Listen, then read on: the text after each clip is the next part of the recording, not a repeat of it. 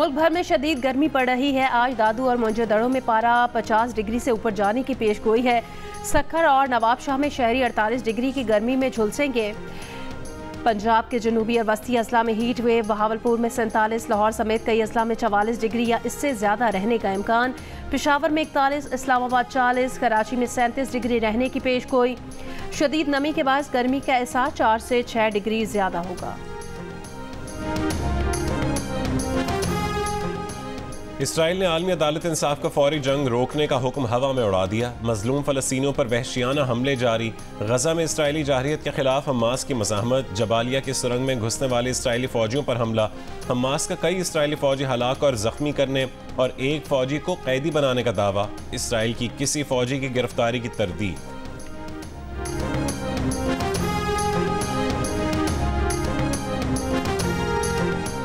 Saudi अरब के वली अहद जल्द Iran का दौरा करेंगे। शहजादा मोहम्मद बिन सलमान ने ईरान के कायम मकाम सदर डॉक्टर मोहम्मद मुक़बिर की खुसूसी दावत कबूल कर ली।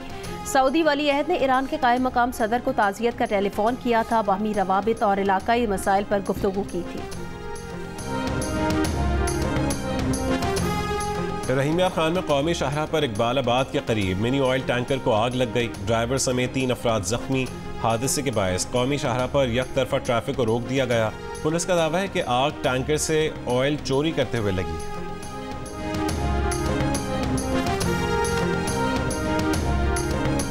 जैकबाबाद के मौलादाद थाने से 2 मुलजिमान लॉकअप का रोशनदान तोड़कर फरार। मुलजिमान मोटरसाइकिल छीनने के इल्जाम में गिरफ्तार थे।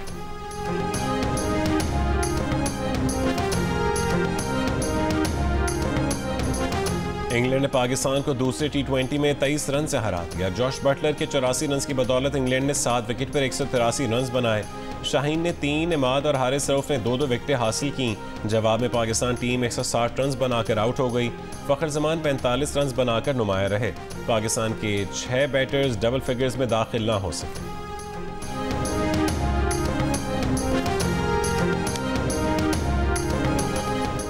सिंध के मुख्तलिफ शहरों में 48 से 50 डिग्री नया मामूल बन गया। गर्मी की शदीद लहर के बायस दिन में बाजार और सड़कें सुनसान रहने लगीं। आज दादू और मोहनजोदाड़ो में पारा 50 डिग्री से ऊपर जाने की पेशगोई। सक्खर और नवाबशाह में शहरी 48 डिग्री की गर्मी झेलेंगे। पंजाब के जनूबी और वस्ती अजला में भी हीट वेव जारी। बहावलपुर में 47, लाहौर समेत कई अजला में 44 डिग्री या उससे ज़्यादा रहने का इम्कान। पेशावर में 41, इस्लामाबाद में 40, कराची में 37 डिग्री रहने की पेशगोई। शदीद नमी के बायस गर्मी का एहसास 4 से 6 डिग्री ज़्यादा ही होगा।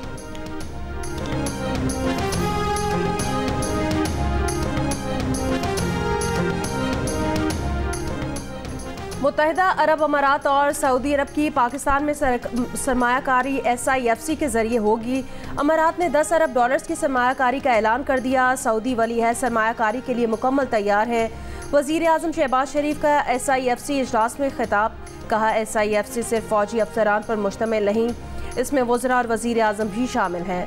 काउंसिल की कामयाबी ने नाक़दीन के मुँह बंद कर दिए हैं। वो साथ देने पर खैबर पख्तूनख्वा समेत तमाम सूबाई क़यादत के मशकूर हैं। जो सुस्ती दिखाएगा वो हमारी टीम का हिस्सा नहीं रहेगा। SIFC एलामिये के मुताबिक इजलास में army chief general Syed Asim Munir ने मौशी खुशहाली के लिए हुकूमती इक़दामात में ताउन की यकीन दहानी कराई। आर्मी चीफ से कोई दुआ सलाम हुई है सर? हाँ जी बिल्कुल हुई है, 2 बार हुई है जी। तो कोई इसमें बात नहीं हुई है सर? इस हवाले से कोई बात या आगे कोई जब मुझे वैसे ही मौका मिल रहा है बात करने का उस चीज़ का, तो मेरे ख्याल में मुझे ऐसी जगह पे बात करने की ज़रूरत नहीं है उनसे कि जो मौका भी ना हो और माहौल भी ना हो और लोग भी हों वहाँ पर। इमरान खान साहब ने हमेशा बड़ा क्लियर किया एक बात को, जब वो बाहर थे उन्होंने बार बार कहा कि मैं पाकिस्तान के लिए मुज़ाकरात करने को तैयार हूँ, लेकिन वो माहौल ही बन रहा। अगर हमारे साथ कोई बैठ के इस बात को मामले को पाकिस्तान के लिए हल करने के लिए कोई बेहतर रास्ता इख्तियार करने के लिए है, तो जो कि इमरान खान साहब ने कहा है, उनसे खुद भी मुलाकात हो सकती है, खुद भी वहाँ पे मौजूद हैं, कोई भी मिल सकता है उनसे। अली अमीन गंडापुर को आर्मी चीफ से बानी PTI की बात करने का मौका न मिल सका। SIFC इजलास के बाद बताया कि 2 बार आर्मी चीफ से बात हुई, लेकिन जो बात करना थी उसका माहौल नहीं था। बानी PTI का मामला उनकी अव्वलीन तरजीह है। इस मामले पर अलग से बातचीत चल रही है, इसलिए ऐसी जगह बात करने की ज़रूरत नहीं जहाँ ना माहौल था, ना मौका था और दीगर लोग भी मौजूद थे। उन्होंने कहा कि बानी पीटीआई खुद बातचीत को तैयार है, सबको पता है कि वो कहाँ हैं, वहाँ उनसे मुलाकात भी की जा सकती है। SIFC पर अली अमीन गंडापुर बोले, SIFC का एजेंडा अलग था, बाहर से किसी मुल्क की सरमायाकारी आती है तो वेलकम करेंगे। उन्होंने बताया कि उन्होंने इजलास में फाटा पाटा में टैक्स की मुखालफत की है।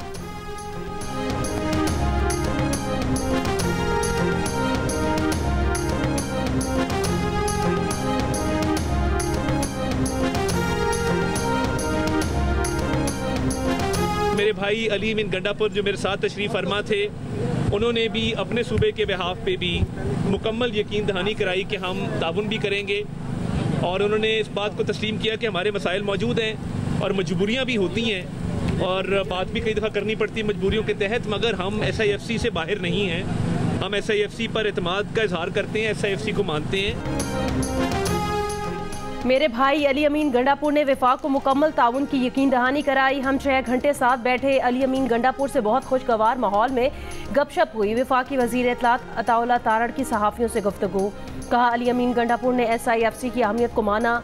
कहा कि वो SIFC से बाहर नहीं। इजलास से पैगाम गया कि वफाक और इकाइयों में इत्तेहाद है, वो एक साथ है।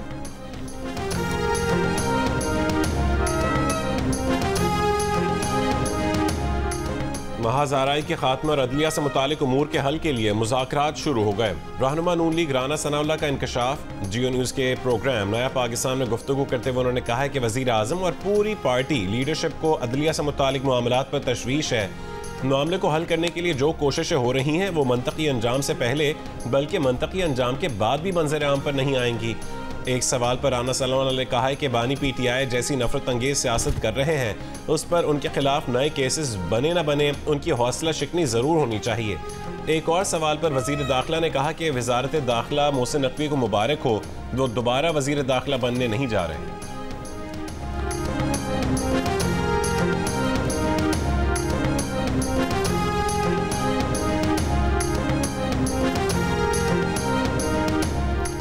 वज़ीर आज़म शहबाज शरीफ की ज़ेर सदारत आला सतह इजलास। Army chief general Syed Asim Munir की भी खुसूसी शिरकत। इलामिये के मुताबिक इजलास में इंसदाद स्मगलिंग से मुतालिक सिविल आर्म फोर्सेस की कारकर्दगी का जायजा लिया गया। वज़ीर आज़म ने कहा मुल्क की तारीख में पहली बार स्मगलिंग में खातिर खा कमी देखने में आई है। स्मगलिंग के खिलाफ जंग में जामे शहादत नोश करने वालों को कौम सलाम पेश करती है। सिविल आर्म फोर्सेस की कोशिशों से मुल्की खजाने को अरबों रुपए का फ़ायदा हो रहा है। तकरीबन 10 महीने या साल से कर रहा था, पर मेरी वाइफ मेरे साथ नहीं होती थी, वो गैर लड़की थी, साइमा वो होती थी। मेरे साथ ख़वातीन होती थी और वो आसानी से निशाना बन जाती थी। जॉब लग नहीं रही थी, बहुत परेशान होकर ये स्टेप लिया था, मगर इस स्टेप का अंजाम बुरा था, इसलिए आज मैं इस जगह। कराची के इलाके लांडी से ख़वातीन से लूट मार के इल्ज़ाम में मियाँ बीवी गिरफ्तार। छीने हुए 76 पर्स और असलह बरामद। गिरफ्तार मुलजिम शहरियार का दावा है कि वारदातों में उसकी बीवी नहीं बल्कि दूसरी लड़की शामिल होती थी। 1 साल पहले बेरोजगार हो गया, नौकरी ना मिली तो वारदातें शुरू कर दी, मगर बुरे काम का अंजाम बुरा था, इसीलिए आज वो सलाखों के पीछे है।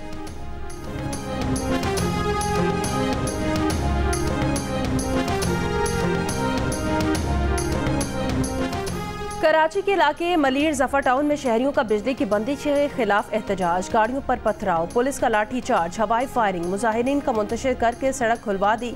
औरंगी टाउन बनारस पुल के करीब भी बिजली बंदिश के खिलाफ एहतजाज खत्म।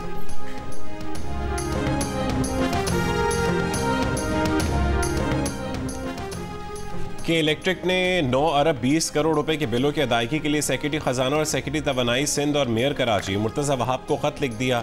लिखा कि हुकूमत सिंध और वाटर बोर्ड ने जनवरी 2024 से बिल नहीं भरे। Karachi water and sewerage board को बिजली के बिलों की मद में 5 अरब रुपए की अदायगी करनी है। बिलों की अदायगी न होने से के इलेक्ट्रिक को माली बहरान का सामना है। माली बहरान के बायस नेटवर्क की मुरम्मत में मुश्किलात का सामना है। फौरी अदायगी न होने पर शदीद गर्मी में के इलेक्ट्रिक का नेटवर्क बैठ सकता है। इससे पहले सिंध के वजीर सईद गनी ने शदीद गर्मी में लोड शेडिंग करने पर के इलेक्ट्रिक को तनकीद का निशाना बनाया था। उन्होंने कहा था कि बिजली का इशू उनके कंट्रोल से बाहर है, कि इलेक्ट्रिक की पॉलिसियां समझ से बाहर हैं। बिजली चोरी की सजा वो क्यों भुगते हैं जो बिजली का बिल देते हैं।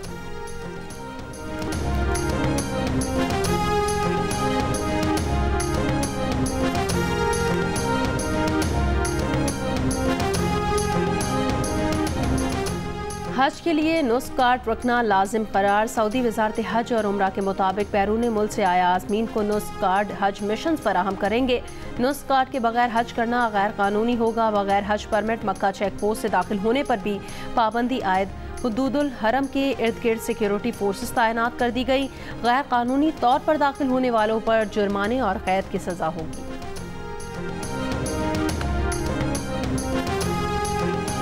और देखिए, रियल एस्टेट, ज़राअत और रिटेल सेक्टर्स के नुमाइंदों को बड़े मुआशी माहिरीन के साथ टैक्स के मौजू पर पाकिस्तान की सबसे अहम ग्रेट डिबेट में आज दोपहर 3 बजे सिर्फ जियो न्यूज़ पर।